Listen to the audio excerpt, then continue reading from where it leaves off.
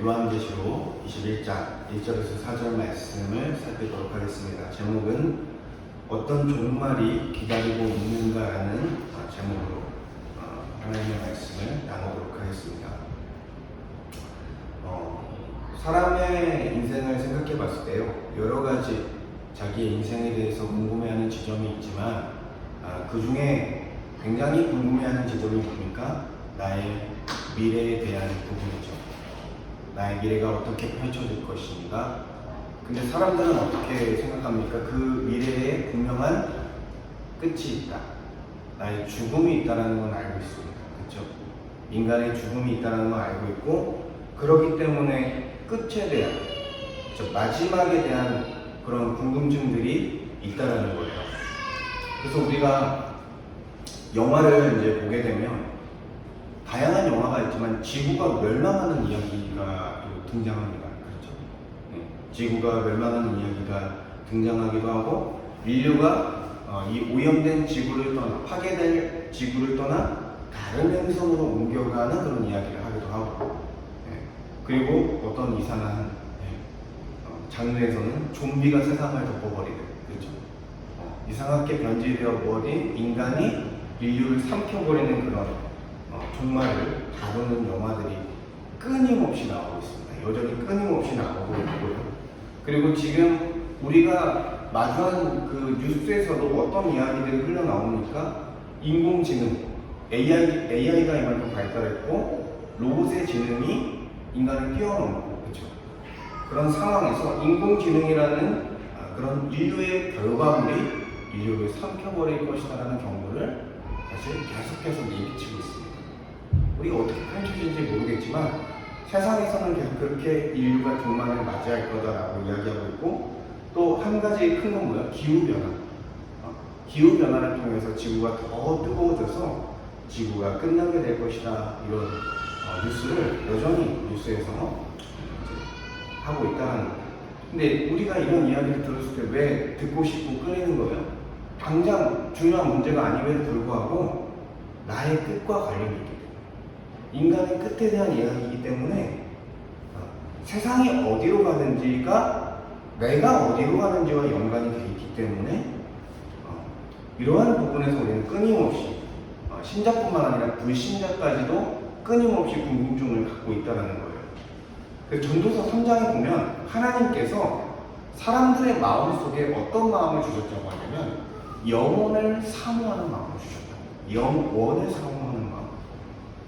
그러니까 인간 안에 영혼을 향한 감각을 넣어주셨다는 거예요. 그렇죠? 영원한 삶에 대한, 영생에 대한 그런 소망을 넣어주셨다는 것입니다. 그래서 끝에 대한, 마지막 날에 대한 이야기. 그래서 종말이라는 단어가 보니까 마지막 때의 일이죠. 종말. 끝날, 이렇게 표현하기도 하고요. 성경에서 종말이라고 표현하기도 하고. 마지막 때를 얘기하는 거예요. 근데 이제 그 세상에서는 어떻게 보통 얘기하냐. 우리가 이제 계속 살펴봤지만 오늘이 이제 실제로 이 세상의 실제에 대한 모든 것들을 살펴볼 때 마지막 부분이거든요. 종말론에 가는 부분인데, 이 세상에서는 유물론에서는 어떻게 말하냐면 죽으면 끝난다고 생각하는 거예요. 그러니까 영혼이라는 존재가 몸과 분리될 수 있는 존재가 아니라 이 의식이라는 것 자체, 영혼이라는 것 자체가 뇌의 어떤 화학 반응을 통해서 존재한다라고 생각하는 거예요. 그러니까 숨이 멎고 뇌가 멈추면 어떻게 된다고 생각하는 거예요? 그런 의식과 영혼 자체가 사라진다라고 생각하는 거예요. 근데 이렇게 생각했을 때 인간의 인생 자체가 굉장히 무가치해진 거예요. 그의 인생이 그냥 숨이 멎는 순간 끝나는 것이에요. 그러니까 어떤 궁극적으로 우리가 나아가야 할 목적지가 없다 보니 이런 유물론을 받아들이는 사람들은 자기의 삶의 의미를 찾지 못하는 거예요. 그러다 보니까 쾌락에 많이 빠집니다. 이 세상에서 즐기는 거에 많이 빠져요. 지금 현재 즐기는 거에 있어서. 그렇죠? 왜냐면 그게 중요하지가 않은 거예요. 지금 내가 누리고 살고, 그렇죠? 저희도 맛집 찾아가고 이렇게 여행 갈 수도 있지만 그런 거에 더 집중을 한다는 거예요. 그게 중요하니까. 나한테. 그 관념론에 이제 영향을 받은 사람들은 영혼만 남아있다고 생각해요. 영혼은 남아있을 것이다. 플라톤이라는 그 사람도 영혼 불멸설을 주장했습니다. 기독교인이 아님에도 불구하고 영혼은 영원할 거다. 이렇게 생각을 했던 거예요. 그 사람은. 그래서 이 관념론에서 이 몸이라는 거는 제가 계속해서 뭐라고 설명했습니까? 영혼의 감옥으로서 묘사됐다. 그러니까 이 영혼이 몸에 갇혀 있다라고 생각했던 거예요. 근데 이 죽는다라는 건 그래서 관념론에서는 더 높은 차원으로 가는 거예요. 몸으로부터 해방되는 것이에요. 그러니까 더 좋은 거예요. 관념론의 입장에서는. 근데 여러분 성경에 어떻게 되어 있습니까? 하나님이 사람을 만들 때 몸을 만들고 생명을 통해서 생기를 불어넣어 주시죠. 그리고 나서 어떻게 평가하세요? 심히 좋았더라. 그러니까 인간이라는 존재 자체가 영혼만 있는 게 아니라 육체도 입어야 되는 거예요. 그러니까 관념론은 영혼만 존재할 거다라고 생각하는데 인간이라는 존재가 영혼만 가진 것이 아니라 이 영혼을 둘러싼 몸도 입은 존재라는 거예요. 그래서 어떤 사람을 생각했을 때 우리가 외모가 다는 아니지만 그 사람의 얼굴이 떠오르고요. 그 사람의 목소리가 떠오르고요. 그 사람의 손짓이 떠오르고요. 그러니까 여러 가지가 다양하게 그 사람이라는 존재에 담겨 있다는 거예요. 그러니까 영혼으로만으로는 표현이 안 되는 거죠. 그러니까 이 관념론은 그걸 설명을 못해요. 그러니까 내가 사랑했던 사람들을 나중에 내세에서 만날 수 있을 거라는 기대감이 떨어지는 거예요. 왜냐면 몸을 입고 있지 않기 때문에. 근데 기독교는 아니죠. 먼저 가는 사람들이 있겠지만 천국에 먼저 가더라고요. 그렇죠? 우리가 거기서 다시 만날 것이죠. 근데 몸을 입고 있을 것이죠. 목소리가 있겠죠. 그런 것들이 존재한다는 거예요. 근데 관념론은 그런 것들을 설명하지 못합니다. 사실 이렇게 세상에서 말하는 것뿐만 아니라 여러분 다양한 종교들이 있습니다. 변제되어져 버린 유의신론에서 변제되어져 버린 가신론과 다양한 온갖 이제 나뭇잎에도 신이 깃들여 있다라고 이제 이야기하는 종교까지 있잖아요. 근데 여러분 이러한 모든 종교에서 뭘 얘기해요? 종말을 이야기해요. 마지막 날에 대한 이야기를 해요. 이슬람도 최후의 심판의 날이 있습니다. 힌두교에서는 윤회 사상이 있어요. 순환적인 다른 걸로 태어날 거다. 이런 이야기도 있죠. 불교에서도 심판이 있습니다. 심판의 시대가 있습니다. 그러니까 다른 작은 아주 미개한 종교라 할지라도 종말을 다루고 있어요. 그렇다는 건 뭐예요? 인간 모두가 무의식적으로 그 다음 세상에 대한 인식을 어느 정도 갖고 있는. 근데요, 기독교만큼 선명하게 종말을 다루는 종교가 없다. 그러니까 뭉뚱그려져 있고요, 아니면 너무 왜곡이 심한 그런 종말론을 가지고 있어요. 다른 종교들. 근데 이 기독교는요, 지금 세상과의 연속성과 통일성이 있고요. 창조 때부터 통일성을 갖고 있어요. 물론 불연속성도 있지만 그때에 있었던 삶이 새하늘과 새 땅에서도 동일한 삶으로 연속되어지는 삶이 존재한다는 거예요.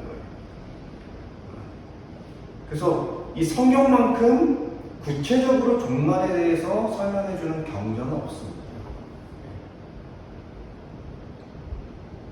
다른 종교의 종말론은 결국엔 인간의 추측이나 망상으로 만들어진 것이다 라고 할 수 있는 것이죠. 우리가 그걸 계시로 인정하지 않잖아요. 하나님이 주신 말씀으로 인정하지 않습니다. 그거 자체는.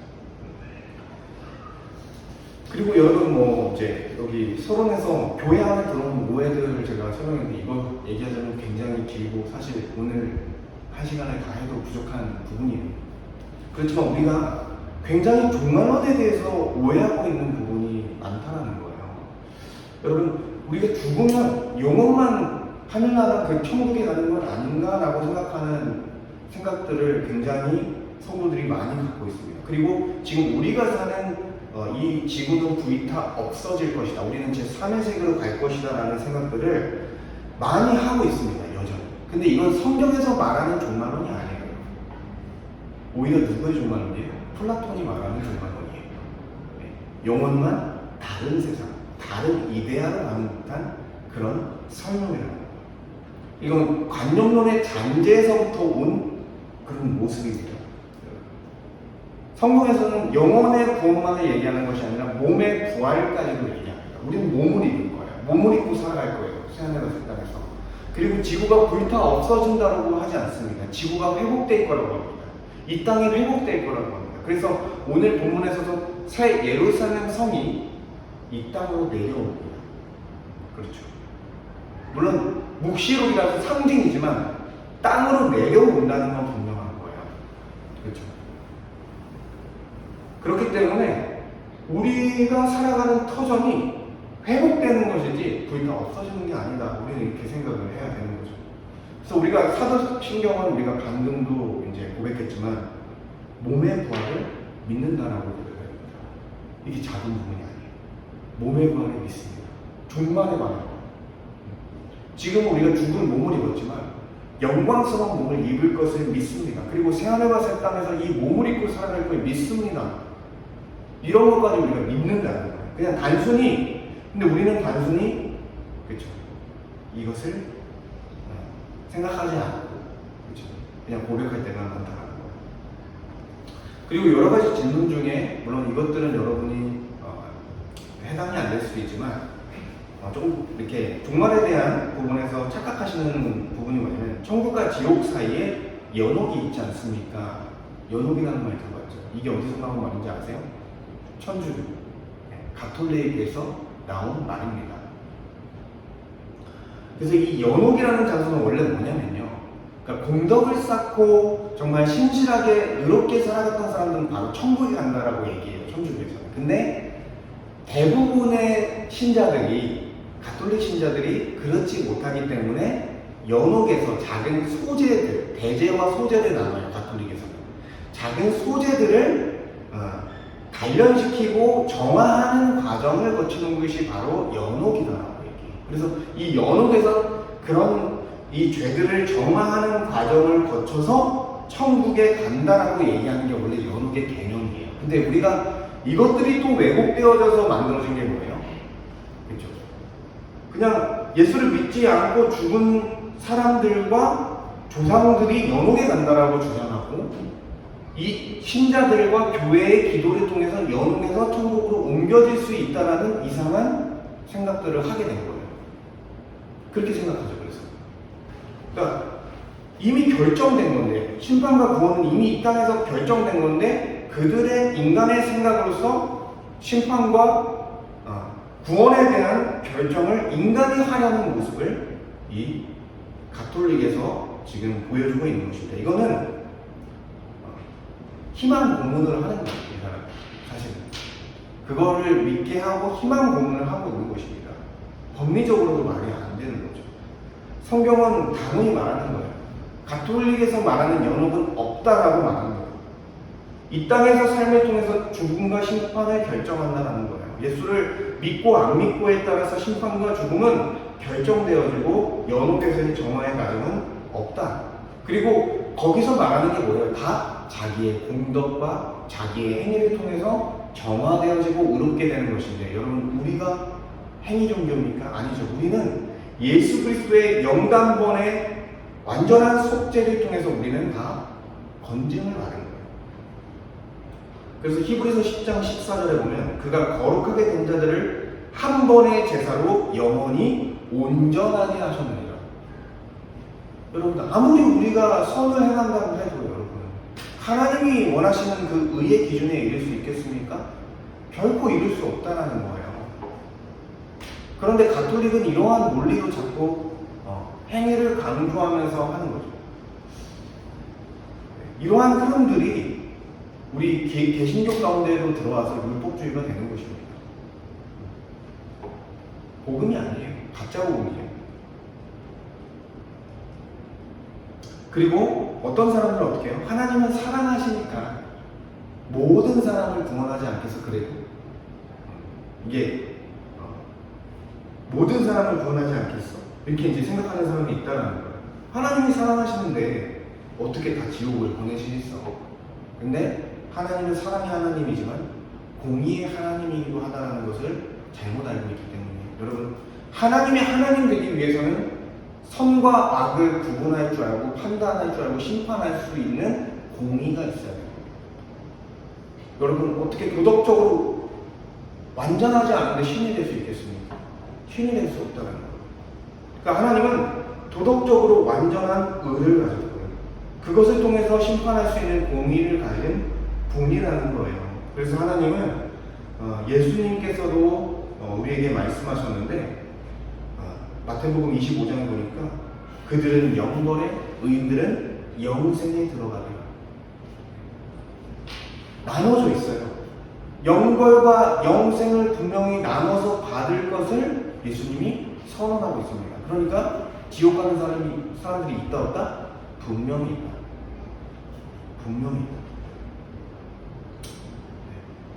근데 여기까지는 뭐 우리가 어느 정도 분별할 수 있는 지점들인데 헷갈리는 게 있습니다.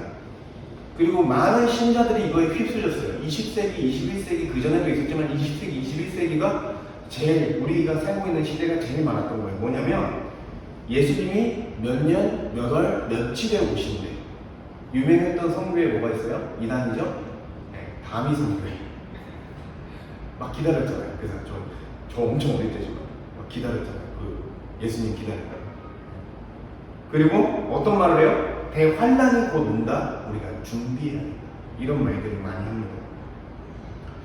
그래서 사실 역사 속에서 이렇게 재림의 날짜를 말하고요. 대환란을 가지고 성도들을 자극하는 그런 거짓 선지자들은 끊임없이 나왔어요. 그래서 지식이 부족한 성도들은 많이 흔들렸습니다. 그렇죠? 많이 흔들려. 그분들이 신자임에도 불구하고 막 흔들렸어요. 네. 그리고 그때마다 빗나갔습니다. 그게 거짓으로 판명이 됐습니다. 그래서 예수님이 어떻게 말씀하세요?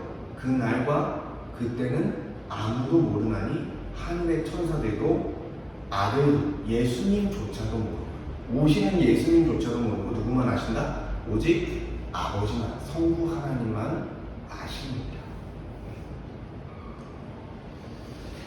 그런데 그러한 것을 재림에 대한 그러한 것을 어떤 사람이 안다고 했을 때 여러분 무조건 뭡니까? 사기꾼이죠. 거짓 선지자죠. 그래서 이러한 공포를 조장해요. 그러니까 소망하게 하는 게 아니에요. 그 재림을 소망하게 하는 게 아니라 공포를, 대환란을 통한 공포를 조장하고 대환란이 오면 지진이 나고 기근이 나고 적그리스도가 나고 그리고 여기서 예수를 열심히 믿는 사람들은 추거당해서 그 대환란을 피할 것이지만 들림을 받아서 대환란을 피할 것이지만 그렇지 않은 사람들은 그 대환란을 맞이하게 될 거다. 그래서 어떻게 해요? 추고당하려고 열심히 사는 거예요. 추고당하려고. 그리고 어떤 정치 지도자를 어떻게 부릅니까? 적그리스도. 대환란을 주도하는 적그리스도다. 여러분 이게 굉장히 위험합니다. 물론 적그리스도의 역할을 하는 어떤 세상의 지도자가 있을 수 있겠죠. 그런데 여러분 시대시대마다 그런 사람들은 다 있었어요. 시대시대마다 전쟁도 있었고요, 기근도 있었고요, 독재자도 있었습니다. 반복되는 거예요, 이거. 네. 그래서 누가 딱 적그리스도다라고 얘기하기에는 어려운 지점이 있는 것입니다. 그래서 이 사이비 종말론의 특징이 뭐냐면 그 완성된 그 나라를 소망하게 하는 것이 아니라 대환란을 어떻게 피할 것인가 생각하게 하는 거예요. 그거에 이제 답이 휴거였죠. 근데 여러분 휴거라는 게 뭐냐면 공중으로 들림받는 거거든요. 많이 들어보셨죠? 영혼으로 이제 잠깐 먹는 거예요. 근데 여기서 문제가 뭐냐면 이게 세대주의 전천년설 종말론인데 예수님의 재림이 두 번 있어야 돼요. 공중재림과 지상재림. 그래서 공중재림이 있는 후에 대환란이 있고요. 7년 안쪽에 3년 만에 대환란이 있고요. 그 다음에 지상재림을 한다 얘기하는데 여러분 성경에서요. 어디에도 예수님이 두 번 재림한다는 말은 없습니다. 이게 왜 나왔냐면 성경을 해석하는데 문자적으로 이거를 해석해버린 거예요. 표현을 자기가 원하는 데 갖다 붙였습니다. 그래서 이 세대주의 종말론은요 18세기부터 나온 종말론이라고 보시면 돼요. 그 전에는 이런 종말론이 없었습니다. 네. 그러니 어떻게 이것을 우리가 받아들이겠습니까? 근데 우리나라의 70%, 80%는 이러한 종말론을 가지고 있습니다. 안타깝게. 그러니 그 나라가 소망이 되겠습니까? 두려울 따름이죠, 심판. 그래서 너무나 안타까운 게 요즘에는 이제 미디어가 많이 발달됐잖아요. 유튜브가. 소리는 좀 너무 길어져서 저한테. 유튜버가 많이 발달됐잖아요. 근데 너무나 안타까운 게 뭐냐면요. 가관입니다, 이제. 목사라는 타이틀을 가지고, 전도사라는 타이틀을 가지고, 이렇게 사람들을 미혹하는 자들이 너무너무 많아요. 근데 그 사람들이 뭘 갖게 되냐면, 부를 갖게 되고요, 명예를 갖게 되고요, 자기의 영향력, 자기를 추종하는 사람들을 더 확장시킵니다. 성경에 적혀있지 않은 걸 계속 얘기해요. 근데 그 사람들이 하는 일이 뭡니까? 그렇게 돈을 벌어서 이 땅에 좋은 집을 사는 거예요.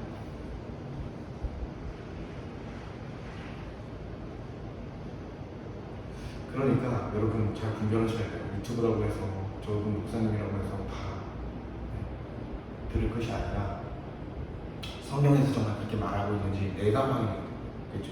제가 말하는 것도 여러분이 확인하셔야 돼요. 네. 그래서 우리는 오늘 그런 종말에 대한 부분에 좀 바로 잡고자 하는 거예요.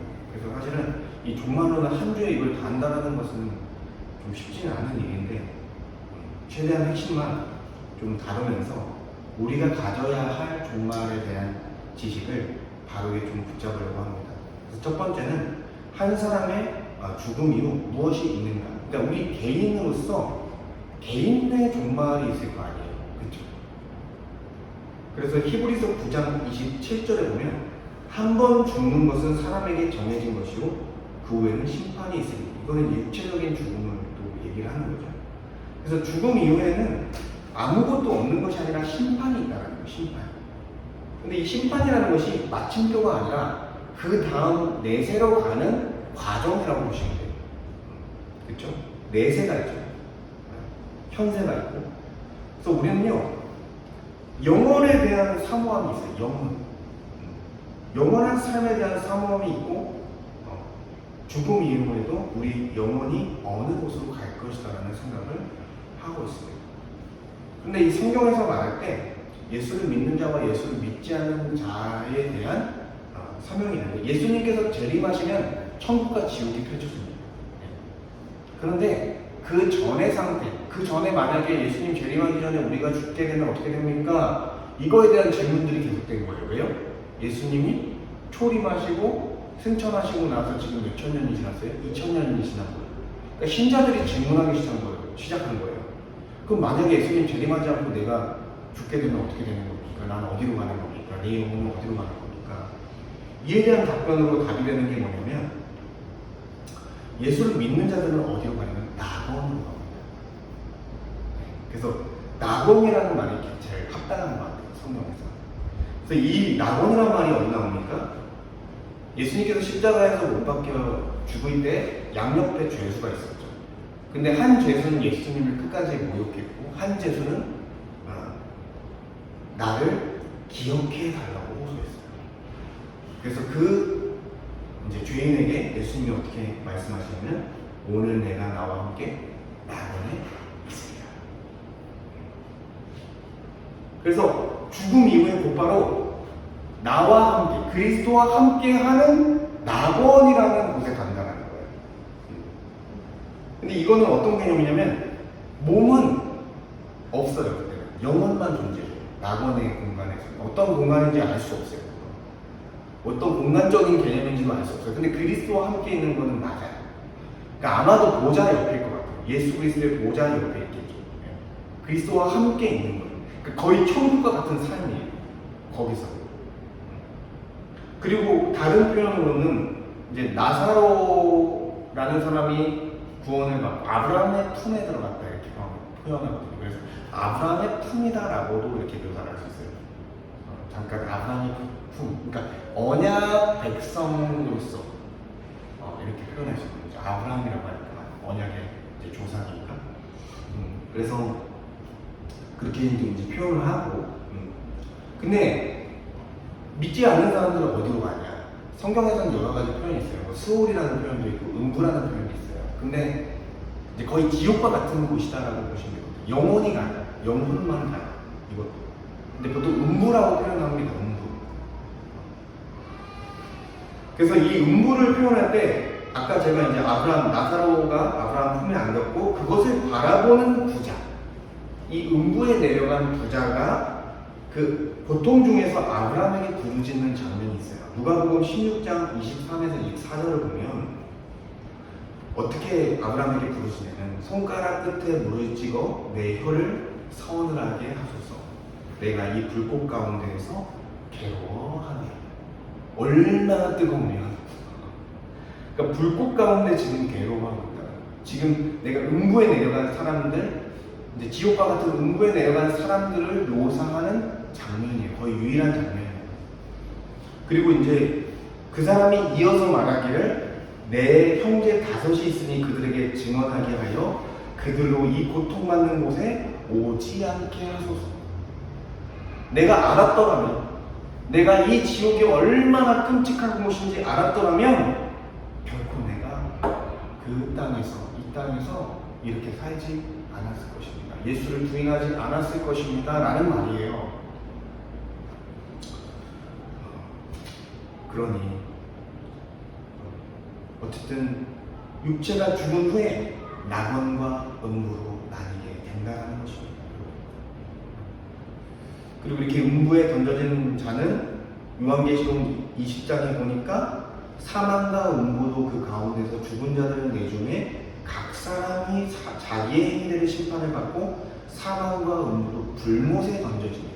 여기서 이제 불못에 던져진다라고 하잖아요. 이제 그러니까 완전한 지옥에 가버리는 거예요. 그때는. 네. 근데 그때는 어떻게 가요? 영원히 심판받을 몸을 입고 가요. 네. 그러니까 어떤 고통이 있어요? 영적인 고통, 정신적인 고통, 육체적인 고통을 영원히 당하는 거예요. 상상할 수 없겠죠. 근데 그 정도도 달라요. 행한 대로 받는 거예요. 하나님은 행위 심판이에요. 이 땅에서 행한 대로 심판하세요. 더 악한 짓을 하고 악한 일을 했으면 그 대가를 그대로 받습니다.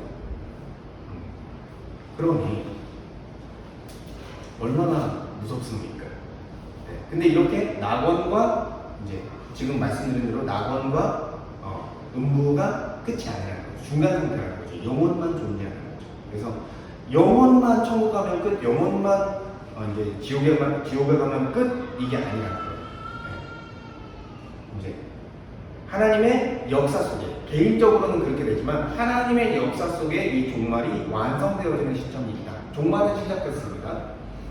제가 그걸 설명해 드릴게요. 두 번째, 어떤 종말이 오는가? 하나님 나라의 완성이다. 제가 이렇게 설명해 드릴 때 이미 하나님 나라가 임했으나 아직 완성되지 않은 상황에 우리는 놓여 있다라고 먼저 설명을 해야 될 것 같아요. 뭐냐면 예수님께서 이 땅에 오심으로써, 약속한 메시아이신 예수님께서 이 땅에 오심으로써 뭐라고 선포합니까? 하나님의 나라가 이미 너희에게 임했다.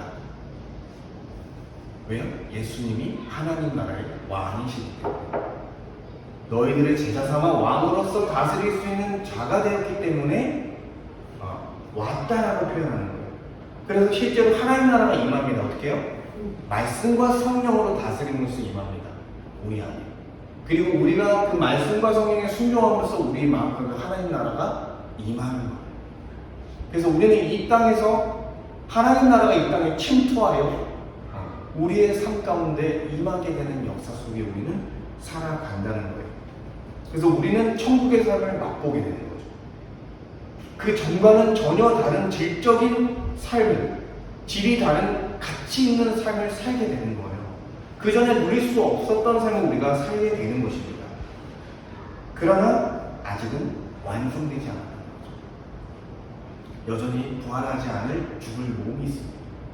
그래서 나의 잔존하는 그 직성, 육체의 소욕은 성령과 여전히 부딪히며 우리 안에 갈등을 일으키고 있습니다. 그리고 회복되지 않은 타락한 세상은 여전히 우리의 유혹거리가 되고 우리가 신앙생활을 못하도록 하는 그런 장애물이 되고 있다는 거예요. 그래서 우리는 이미 하나님 나라가 임했지만 아직 완성되지 않은 그런 독특한 시대에 우리는 살고 있다라고 할 수 있는 것입니다. 그렇기 때문에 여기서 우리는 그 완전한 그 나라를 소망할 수밖에 없는 것이죠. 완전하지 않기 때문에 불완전한 부분이 있기 때문에. 그래서 예수님께서 어떻게 말씀하세요? 우리가 아까 사도신경 고백했지만 거기로부터 살아있는 자와 죽은 자를 심판하러 오십니다. 우리가 매주 고백하는 고백인데 예수님이 다시 오실 것이다. 재림할 것이다. 사도행전 1장 11절을 보면 이 예수는 하늘로 가심을 너희가 본 그대로 오시리라. 예수님이 어떻게 이제 가셨어요? 천사들과 함께 구름 사이로 가셨죠. 예수님 오실 때 구름 가운데, 그렇죠? 천사들과 함께 오실 거예요. 근데 그때는 모든 사람들이 인식할 수 있게 오실 거예요. 그래서 내가 재림 예수다라고 말하는 사람들은 다 가짜예요. 모든 사람이 인식할 수밖에 없어요. 모든 사람이 아마 공중에서 이제 마주할 거예요. 예수님이 오시고. 그래서 공중재림이라는 잘못된 교리가 나오고 예수님을 다 맞이하는 거예요. 모든 인류가. 그래서 승천하신 그대로 올 것이고 그리고 죽은 자의 부활이 일어납니다. 그래서 예수를 믿는 사람들은 어떤 부활을 입게 되냐?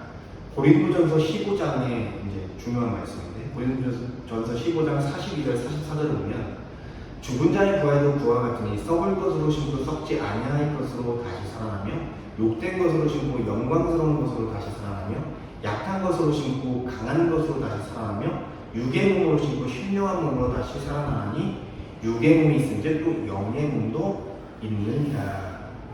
그리고 빌립보서 3장에서도 예수님과 같은 영광의 몸을 입게 될 것이라고 이렇게 설명하거든요. 그러니까 썩지 않고 강한 영원히 살 수 있는 구원받은 영의 몸을 우리는 입게 될 것이다라는 거예요. 그래서 예수님께서 부활하셔서 오셨을 때 제자들에게 어떻게 하십니까? 자기의 몸을 만져보게 하시고 생선도 잡수시고요. 자기의 실체, 변화된 영광스러운 실체를 보여 주신 것입니다.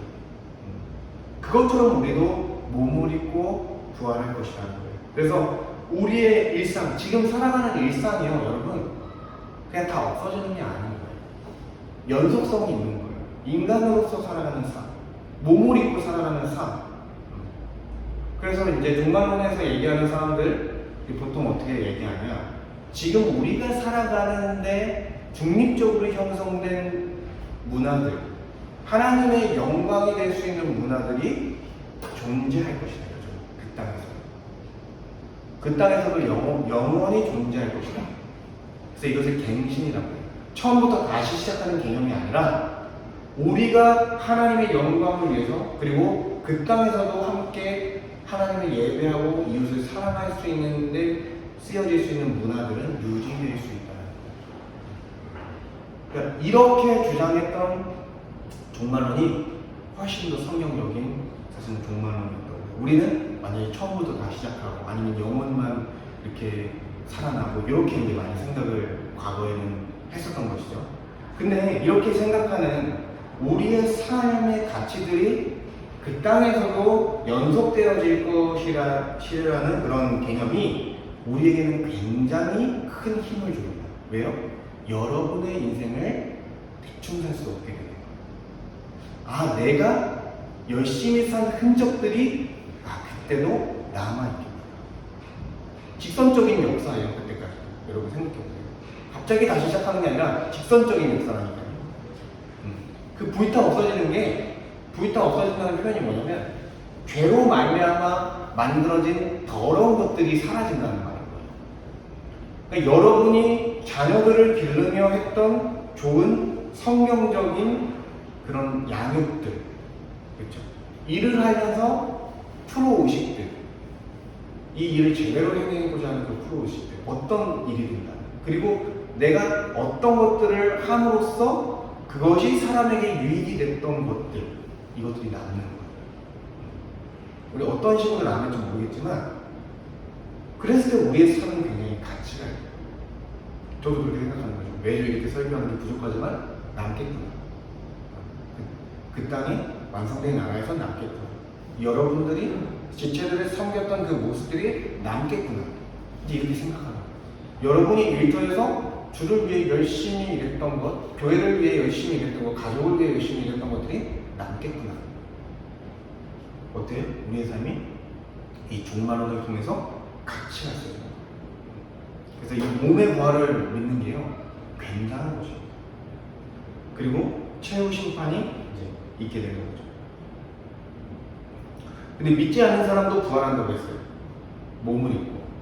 근데 영원히 고통받을 몸이에요. 그리고 최후 심판이 있을 것이고, 마태복음 25장 31절부터 32절을 보면 인자가 자기 영광으로 모든 천사와 함께 올 때에 자기 영광의 보좌에 앉으리니 여기서 모든 민족을 그 앞에 모으고 모든 민족을 그 앞에 모은다고 하죠. 그러니까 모든 사람들이 예수님을 인식해야 돼요. 예수님 오셨을 때. 그리고 각각 구분하기를 목자가 양과 염소를 구분하여. 그래서 양들은 영생이, 염소들은 영벌에 처할 것이다. 이제 비유적으로 이렇게 설명을 하고 있는 거죠. 그러니까 최후 심판이 있을 거라는 거예요. 그런데 이제 예수를 믿는 사람들은 그리스도의 의, 그분의 의로운 단 한 번의 그 행위 십자가 죽음을 통해서 의롭다함을 받고 이 심판대에서 건짐을 받게 되는 은혜를 얻게 됐다는 거죠. 우리에게 이러한 큰 은혜가 주어졌다는 거예요. 그리고 마지막 날 뭐가 온다는 거예요? 새하늘과 새 땅이 임한다는 것이죠. 그래서 오늘 그 이제 말씀을 다시 보면 21장 1절에 보면 또 내가 새하늘과 새 땅을 보니 처음 하늘과 처음 땅이 없어졌고 바다도 있지 않더라. 여기서 처음 하늘과 처음 땅이 없어졌고 처음 창조되었던 그 하늘과 땅보다 천지보다 더 놀라울 정도로 풍요롭고 놀라울 정도로 아름다운, 그리고 여기서 바다가 없어졌다고 표현하잖아요. 근데 이건 상징이에요. 요한계시록은 묵시록이라서 상징입니다. 근데 바다는 신약에서 악한 세력의 근원을 상징해요. 그러니까 바다가 없어졌다는 것은 죄와 그 사망의 권세가 완전히 사라졌다는 것을 의미하는데 그 바다가 없어졌다라고 사실 보기는 어려운 거죠. 그리고 이 하나님과 사람과의 관계는 어떠냐면 거룩한 성 예루살렘 성이 하늘로부터 하늘에서 하나님께로부터 하늘에서 내려오니 땅으로 내려오는 거예요. 이 땅. 그러니까 이 땅에서 회복이 되는 거죠. 그 준비한 것이 신부가 남편이 위하여 단장한 것 같더라. 내가 들으니 보좌에서 큰 음성이 나서 이르되 보라 하나님의 장막이 사람들과 함께 있음에 하나님이 그들과 함께 계시니 그들은 하나님의 백성이 되고, 이제는 하나님의 백성이 이제 완전하게 됐고 하나님은 친히 그들과 함께 계셔서 이제는 모든 죄로 말미암아 고통당했던 모든 것들을 해결해 주시고 사망이 없고 아픈 것, 고통당하는 것, 정신적인 육체적인 고통이 없고 애통하고 곡하는 것이 없는 그런 세상을 줄 것이다. 우리가 힘든 게 뭐예요? 다 이런 것 때문에 그런 거잖아요. 하나님은 잃어버렸던 그 에덴을, 새 에덴을 우리에게 주시려고 작정하셨습니다. 놀라운 은혜입니다. 그래서 우리는 이 나라를 고대할 수밖에 없어요. 여러분, 아무리 이 땅에서 즐거운 일이 있다 해도요, 고통도 늘 따라옵니다. 어려움도 있습니다. 그러니까 이 땅의 삶은 결국 비교가 안 되는 거예요. 그리고 결국에는 이 종말이 오늘을 어떻게 이제 바꾸는가, 세 번째, 우리의 삶을 어떻게 바꾸는가라고 했을 때, 여러분, 종말은 먼 이야기처럼 느끼지만 우리가 그 종말을 어떻게 바라보고 가느냐는 우리의 삶을 결국 바꾸게 되고 우리가 다르게 살게 되는 모습으로 나아가게 된다는 거예요. 그래서 고통 앞에서 소망이 된다는 것입니다. 그렇죠? 로마서 8장 18절에 어떻게 표현해요? 현재의 고난은 장차 우리에게 나타날 영광과 비교할 수 없다. 현재 고난. 여러분, 로마 교회가 신앙생활하는 게 쉬웠겠습니까? 이방인 나라, 바울은 로마서를 쓰면서 그 나라에 있는 성도들에게 현재 고난을 얘기하고 있는 거죠. 지금 저희가 신앙생활하는 건 너무나 편한 거예요. 간절함이 없죠. 그래서 정말 신앙이 있는지 이런 생각이 들게 하는 거죠. 근데 이러한 고난 가운데서 그렇게 신실하게 신앙을 지키는 자들에게 위로를 해주는 거예요. 우리에게 나타날 영광과 비교할 수 없다. 이 고난 정말 아무것도 아니다.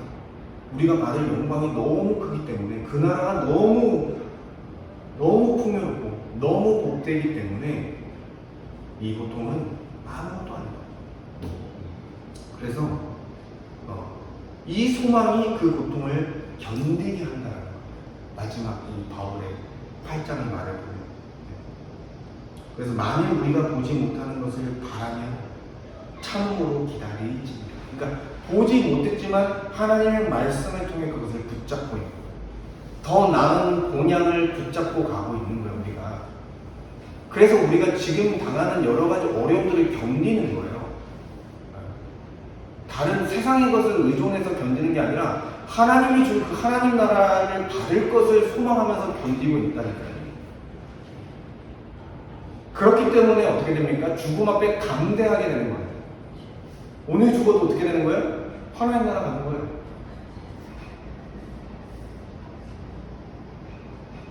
사망이 우리를 공포스럽게 만들지만 우리는 사망아 너의 승리가 어디 있느냐, 사망아 내가 쏘는 것이 어디 있느냐 반박하면서 오히려 우리는 담대하게 나아가는 것입니다. 그러니까 엄청난 복음을 우리가 얻게 된 거예요. 여러분, 그래서 주가 우리를 위해서 죽으신 것처럼 많은 믿는 자들은 주를 위해, 성도를 위해 자기의 생명조차도 아끼지 않고 살아가요. 지금도 마찬가지예요. 우리가 여러분 편안하게 신앙생활하는 것처럼 보지만 여러분 여기까지 지금 그냥 오신 게 아니잖아요. 어떻게 보면 여러분의 생명조차도 아끼지 아니해야 신앙생활이 가능해요. 지금 나의 희생이 필요해요. 나의 내어줌이 필요해요. 나의 것을 나의 것으로 여기지 않아야 되는 부분이 필요하다는 거예요.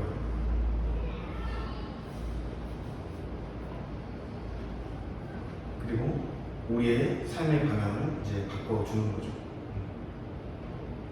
골로새서 3장 1절에서 2절만 마지막으로 한번 읽어보면, 그러므로 너희가 그리스도와 함께 다시 살리심을 받았으면 위의 것을 찾으라. 위의 것을 찾으라. 거기는 그리스도께서 하나님 우편에 앉아 계시느니라. 위의 것을 생각하고 땅의 것을 생각하지 말라. 여러분, 저도 참 반성이 된 것 같아요. 이 말씀을 보면서 땅의 것을 너무 생각합니다. 맞아요. 물론 가족이 있고 우리가 신경 써야 되겠죠. 당연히. 그렇지만 그 또한 하나님께서 인도하시는 삶 안에 있는 거죠. 네. 주님이 주시는 거예요. 네, 생각해보면 땅의 것도 주님이 우리가 필요하니까 주시는 거지, 내가 정말 그거를 바득바득 열심히 해서 얻는 개념이 아니라는 거예요. 하나님이 허락하시니 받는 거예요. 그냥 우리는 열심히 해서 그걸 얻으려 하지만 여러분, 안 되는 건 안 되는 거고 주시는 건 또 감사히 받으면 되는 거죠. 너무 우리가 여기에 매여 있으면 우리의 영혼이 굉장히 고통을 받습니다. 그래서 위의 것을 찾으라는 거예요. 위의 것을. 이 땅의 것에 너무 우리가 열심히 더 신경 쓰지만 주께서 일할 것을 기대하고 가야 되는 지점이 있습니다. 그렇게 살 때 나의 것을 내어줄 수 있는 거예요. 내가 손해보다가도 그게 손해가 안 되는 거죠. 손해라고 생각하지 않고 주님의 뜻이 그러니 내가 저 사람을 도울 수 있다면 저 사람을 돕는 것입니다. 이 교회를 도와주니 교회를 돕는 것입니다. 그렇죠? 내가 가족이 여러 가지 어려움이 있지만 내가 희생하다가도 이 가족을 위해 내가 사는 것입니다. 그래서 그런 삶이 종말을 제대로 알고 그 나라를 소망하며 가는 사람은 가능하게 이제 되는 것입니다. 그리고 이러한 또 심판이 있기 때문에 우리가 복음을 전파하는 일도 멈출 수가 없는 거예요. 물론 우리가 이렇게 예수님을 모르는 사람들에게 바로 예수를 전하기는 어렵기 때문에 예수님에 대해서 바로 얘기하진 않지만 그 사람을 위해서 기도하고 그 사람과 관계가 생기고 그랬을 때 어쩌다 보면 신앙적인 얘기가 나오거든요. 그럼 그때 또 전하고 섬기고 사랑하고 그럼 그러다 보면 그게 전도가 되고 뭐 특별하게 정말 밖에서 나가서 전도하지 않더라도 여러분이 사는 그 삶 속에서 만나는 사람들을 품고 기도하고 그러니까 우리는 그런 생각을 할 수밖에 없어요. 왜요? 구원과 심판이 있다는 걸 알고 있기 때문에 그러니까 우리의 삶이 그런 전도의 방향성을 갖게 되는 것입니다. 여러분 어떤 정말 마지막 날을 기다리고 있습니까? 우리의 죽음은 끝이 아닙니다. 오늘 말씀처럼. 그리고 그리스도와 함께하며 영원히 영광의 몸을 입고 영광스럽게 살아갈 날이 기다리고 있습니다. 그러나 이제 믿지 않는 자들에게는 영원한 심판과 이제 지옥이 기다리고 있습니다. 그래서 우리는 그 사실을 알고 이 땅에서 당하는 현재의 고난을 넘어서 그 나라의 영광을 보며 가야 합니다. 그리고 죽어가는 그 자들을 위해 기도하며 그들을 위해 우리가 전도하기를 애써야겠죠. 또 그리고 함께하는 교회 지체들이 무너지지 않도록 계속해서 구원을 점검해야 돼요. 우리의 믿음이 진짜인지 가짜인지 모를 수 있습니다. 근데 옆에서 우리가 말씀을 같이 전하고 복음을 나눔으로써 그 사람이 언제까지는 회심하지 않았는데 그 사람의 복음 전함을 듣고 그 사람의 간증을 듣고 회심하는 역사가 일어날 수 있다는 걸 여러분 생각하시고 우리는 우리 공동체를 같이 지켜가는 역사가 있어야 돼요. 그래서 그 소망을 붙들고 우리에게 주어진 삶을 살아가기 소망합니다. 우리 함께 말씀을 생각하며 기도하기 원합니다. 부활의 소망으로 이 땅에서의 고통을 견디게 할 주시옵소서. 우리가 당하는 여러 가지 고통, 어려움들이 있습니다. 그렇지만 지금 현재의 고난과는 비교가 안 되는 영광이 우리에게 기다리고 있다는 사실을 여러분 붙들기 원합니다. 그리고 우리가 그랬을 때 죽음 앞에서 담대할 수 있죠. 주를 위해 우리의 생명조차도 아끼지 않았으면 좋겠습니다. 생명조차 희생하는 나를 내어주는 머리 될 곳이 없어도 괜찮다라는 그런 생각들을 우리가 그리스도를 보면서 생각하면 좋겠습니다.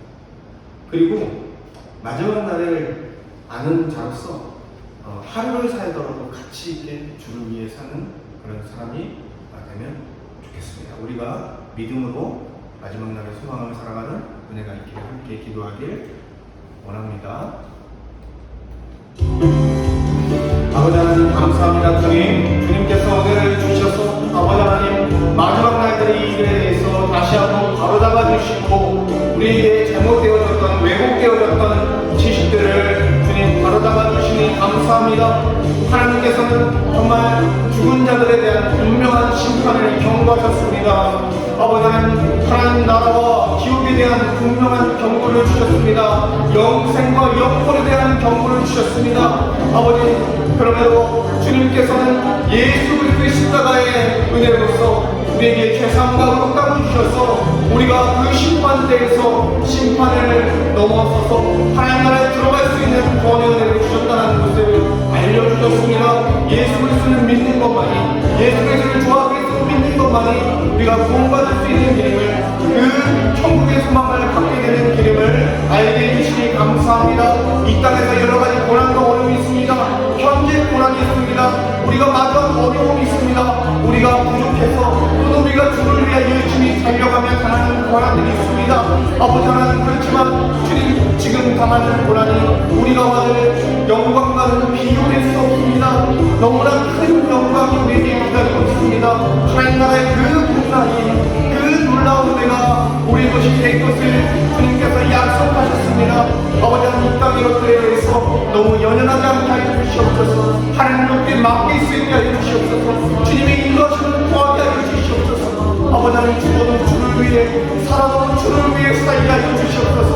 주님을 위해 나의 모든 인생을, 주의 영광을 위해 주님이 원하시는 삶으로 그 나라를 소망하며 살아가는 은혜가 있기 원합니다. 또한 우리 주변에 죽어가는 영혼들이 있습니다. 그 영혼들을 위해서 복음을 전하게 하여 주시옵소서. 예수 그리스도를 전하게 하여 주시옵소서. 사랑을 전하게 하여 주시옵소서. 또한 함께 불러주신 우리 공동체, 우리 하나님 교회 공동체를 생각하며 그들을 위해서 기도하고 관심을 기울이고 사랑해주고 복음을 같이 나누고 말씀을 함께 나누고 간증을 하며 아버지 우리가 우리 교회를 함께 세워가기 원합니다. 우리 한 명도 빠짐없이 구원받기 원합니다. 우리 한 명도 빠짐없이 지옥에 가지 않고 주께로 돌아가기 원합니다. 주님께서 은혜를 베풀어 주시옵소서. 아버지 하나님께서 역사하셔서 정말 우리의 삶 가운데 주님이 인도하여 주시고 주님이 원하시는 인생으로 정말 그대로 영원한 소망을 붙잡고하는 그런 인생으로서 우리를 붙잡아 주시옵소서. 주님 함께하여 주시옵소서. 아버지 하나님 감사합니다. 주님께서 오늘 말씀을 통해서 하나님의 말씀을 통해 우리에게 마지막 날의 일들을 분명하게 알려주시니 감사합니다. 죽은 후에는 심판과 구원이 있습니다. 주님, 그리고 예수를 믿는 자들에게는 하나님 나라 그 새하늘과 새 땅이 약속되어져 있습니다. 또한 몸의 부활을 통해서 예수 그리스도와 함께 영원히 왕노릇하며 영생할 수 있는 은혜가 주어짐을 주님께서 알려주셨습니다. 그럼에도 그렇지 못한 자들은 영벌에 처할 것을 주님께서 엄히 경고하고 있사오니 아버지 우리가 우리의 사명이 있습니다. 전도의 사명을 우리가 행하게 하시고 우리가 함께 마주한 지체들을 한 명도 빠짐없이 우리가 지옥에 보내지 않고 함께 천국을 향하기를 간절히 소망합니다. 주님께서 은혜 주시고 우리가 구원의 공동체 하나님의 백성으로서 이 땅에서부터 주님 나아가길 소망하오니 주님께서 주를 위한 인생으로서 우리 인생이 나아갈 수 있도록 인도하여 주시옵소서. 아버지 주께 드리는 작은 예물이 있습니다. 이 예물을 받아주시고 이 예물을 통해 하나님의 교회와 우리 지체들이 세워지고 믿음으로 세워지고 주 안에서 하나 되는 귀한 역사로서 이 우리들이 사용될 수 있도록 주님께서 은혜를 베풀어 주시옵소서. 감사드리며 우리 주 예수 그리스도 이름으로 기도드립니다. 아멘. 우리 다 일어나셔서 찬송가 1장 부르고 예배를 마치겠습니다.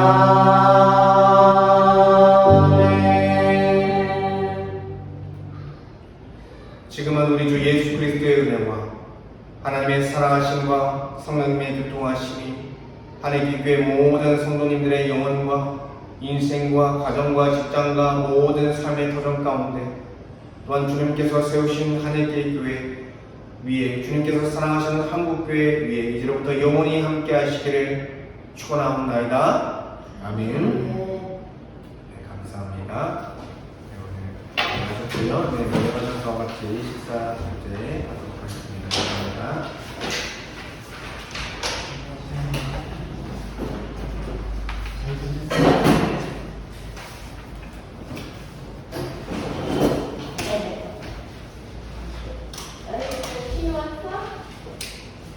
안녕하세요.